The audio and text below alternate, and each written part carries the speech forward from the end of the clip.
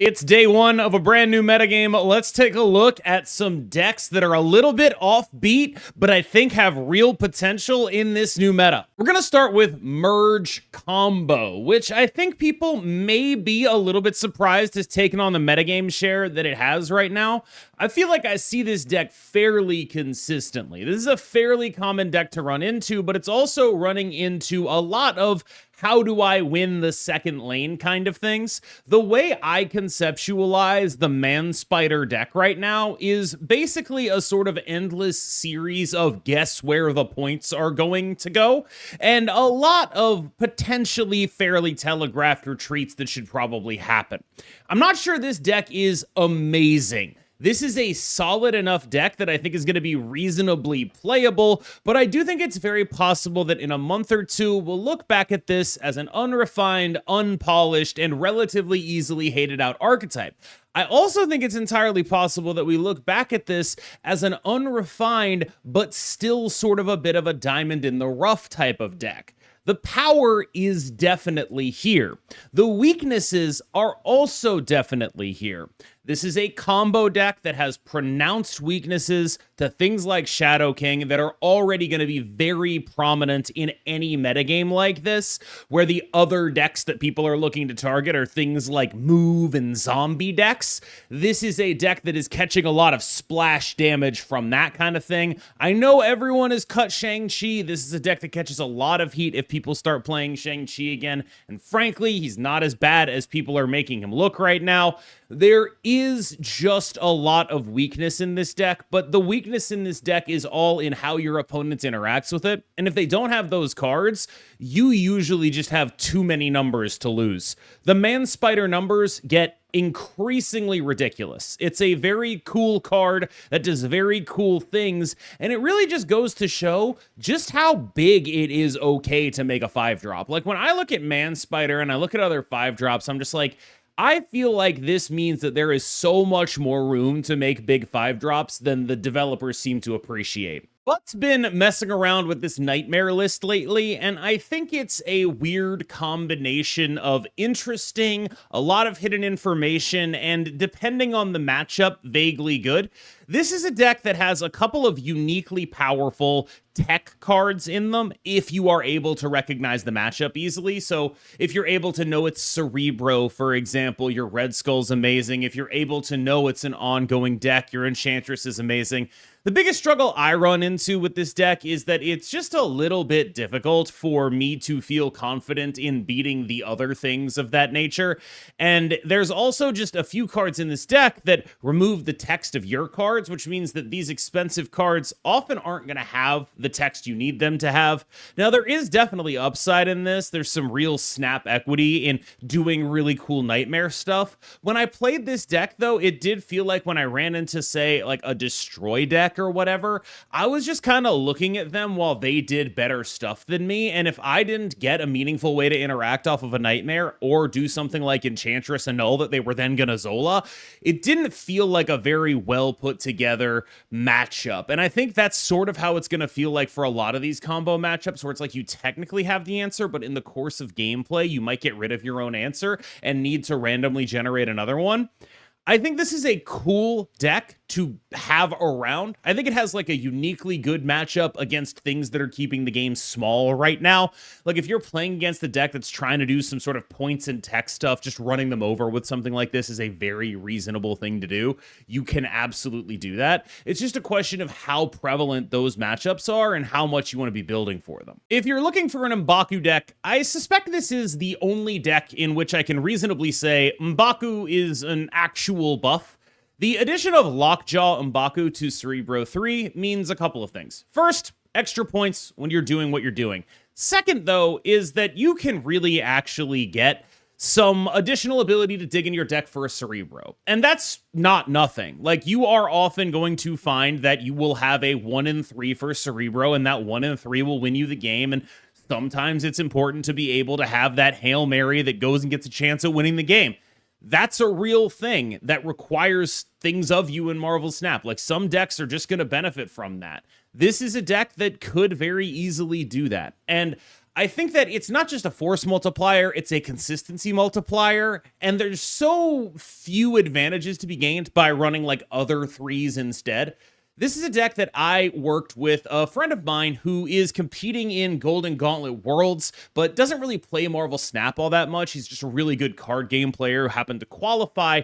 We developed this theory that this is probably the deck that you want to be playing if you have limited reps in the format, and you're just like, what is something that is good, solid, and has a little bit of an edge? And Cerebro 3 is kind of that deck at this point, and I think it's worth pointing that out in the context of the people that watch my videos. Maybe some of you fit that description, and this would be something along my recommendation, the lines of what I would recommend in that situation.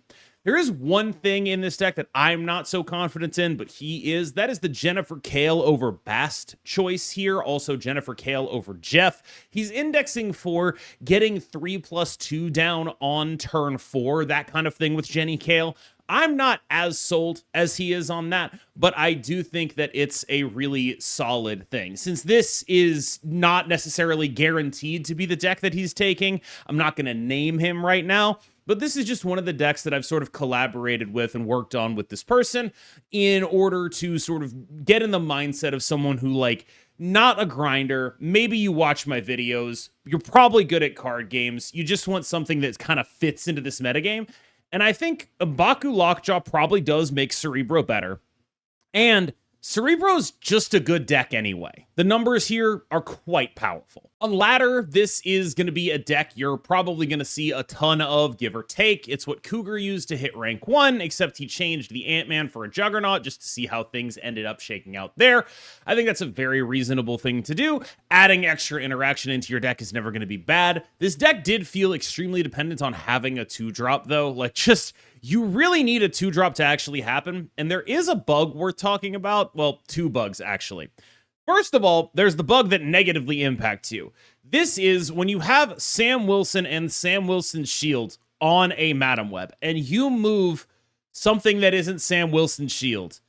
Sam Wilson will not give the shield the ability to move. For some reason, they fixed this interaction with Nightcrawler, with everything that has an inbuilt ability to move once a turn or whatever. They fixed the interaction with Madam Web with all of them. Nightcrawler, Spider-Punk, Vision, all that. They didn't fix it with Sam's shield. Don't know why. Very weird. The second thing is that there is currently an ongoing bug in the game that allows you to manipulate Moonstone and Mercury in such a way as to make your opponent's moves have never happened. I obviously don't know all the details here, and I probably wouldn't share them all if I did, but I do know that that is going to affect Golden Gauntlet tomorrow, and Moonstone and Mercury are not going to be allowed to be taken in the same deck. So keep that in mind when we talk about the decks on tomorrow's video.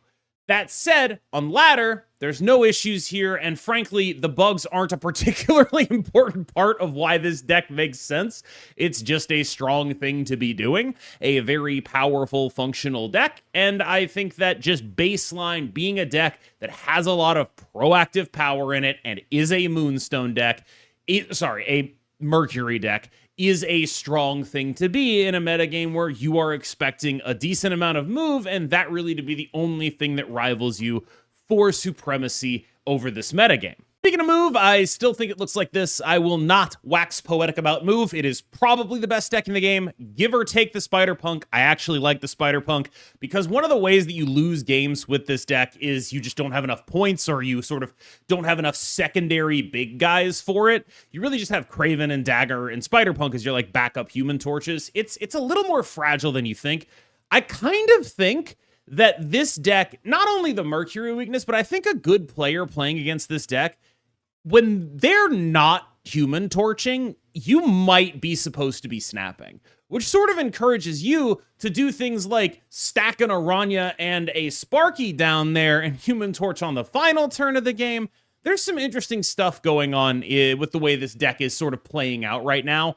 I think it's unique. I think it's powerful. I think it's interesting. I think it is probably sort of such a default choice for best deck in the game that it kind of loops around again to being like, am I actually supposed to be doing this because everyone is gunning for me? But I do think it's a strong, strong list. One thing people are not doing right now is playing any real kind of Mobius. Yeah? And if people aren't playing Mobius, this is an interesting space to go in.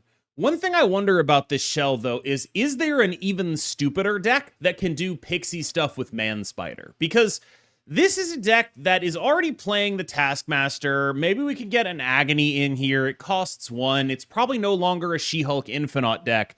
But sort of the nut draw of this deck, right, is that it is a deck that's going to go 40-40 in your games where you do the right kind of energy cheat stuff, and just decks aren't going to beat 40-40. But I kind of wonder if there's like a Man Spider kind of thing that does like a more consistent 80-80. And I think that deck might be like, if it exists, I haven't found it yet, but if it exists, that's the kind of thing that could like really sweep a metagame where it's just like, it's almost like a Mr. Negative type thing. I think it's possible there's a Man Spider Pixie deck out there that just has like point output that is significantly above the other decks that lose to Mobius. And I really kind of wonder if it's like a functional thing and people can actually figure that out. I haven't gotten to it yet, but this deck working as a 40-40 deck as the massive upside does make me wonder if it's possible to get some kind of much, much larger double Man Spider that isn't as vulnerable to tech because so much of it happens on the final turn of the game. I'm definitely interested to see if anyone gets there. As is, until people figure that out, and I don't know if it's going to be real, so until we figure that out, and if it's real, this is probably the premier, I'm just going to make a bunch of points deck alongside Mr. Negative. The interesting thing about Mr. Negative is sometimes it can't get 2 more points than this. It's kind of dependent on Iron Man stuff, because there are enough decks that just don't give a crap about a gore right now that it is notable the relative weakness of Negative in comparison to where it was previously like, this will always win, it will always win, it will always win. You'll beat a zombie deck with a gore, but if you're looking at Cerebro, it's like, I don't know if you will. I think you'll need like multi-gores and an Iron Man to face down a Human Torch a decent amount of the time. The point ceiling in this game is high. This is Vhand. There are 2 probable slots that you have questions about. The Agony is largely because you'll probably have noticed. One of the things I complain about with Vhand pretty consistently is that it's good at spreading power, but sometimes there are really important things about like getting vertical in a lane that it is incapable of doing. Agony costs 1, so it's easy to weave into your curve if you need to get cards out of your hand because you're duplicating stuff, and allows you to go taller and make copies of bigger things. Agony, Vhand, Frigga, copy that 6-power Vhand instead of a 3-power Vhand. Maybe you Moon Girl from there. That kind of stuff is what that is adding. The armor here is a pure tech slot. That can be Mercury. It can be literally whatever you want it to be. The point of it is to be a pure tech slot. It is armor because of Destroy. Yes, I have been running into the Destroy bros, aka the Destroy bots. It has been an absolute grind. That said, I do think that this is a generally decent shell, largely carried on the back of being a viable Shadow King deck. One of the hard things to do in this metagame is figure out what the hell you're supposed to do with Shadow King, because he's so clearly good. This is as close as I have gotten to this is what I'm supposed to do with Shadow King. Speaking of what the hell am I supposed to do with Shadow King, here is Husky Puppies' take on Ajax with Shadow King, which is a thing that I think is another extremely viable home for where the king should go. This is a strong deck with a strong, coherent game plan. Unfortunately, I think every Cerebro deck immediately beats you by virtue of playing Luke Cage, but you have reasonable matchups into basically everything Shadow King is good against. Red Guardian is a very solid card. You instantly randomly beat Arishem thanks to being a Cassandra Nova deck. There's just a bunch of like, oh, I win this matchup because of this card, I win this matchup because of this card, and it's not as simple as I literally win the matchup, but you go from, oh, this is an interesting matchup too, I'm pretty favored here because those cards exist. And the backbone of this whole thing is the fact that nobody other than a Cerebro deck would ever play Luke Cage, and so you just get to play a bunch of very above rate cards and then have sort of individual cards that you can devote to each matchup to sort of swing them into your favor. I think it's a very solid list. Like I said, a lot of what I've been thinking about is where the hell am I supposed to play Shadow King? It turns out in order to get Shadow King into decks, you have to make some deck building sacrifices, and that is what Domino represents here. That is what has happened. One of the interesting things that I've noticed recently is that the incidence of Lockjaw is picking up. And I don't know if that means we were just off about whether Lockjaw was a good thing to do or anything like that, or it's just, things are happening to allow it to be better. Like, obviously, Lockjaw without M'Baku in C3 doesn't make nearly as much sense, right? But I do think that it is worth taking note of the dog right now. I'm not saying it's like why this deck works. This deck works because of Storm War Machine Legion.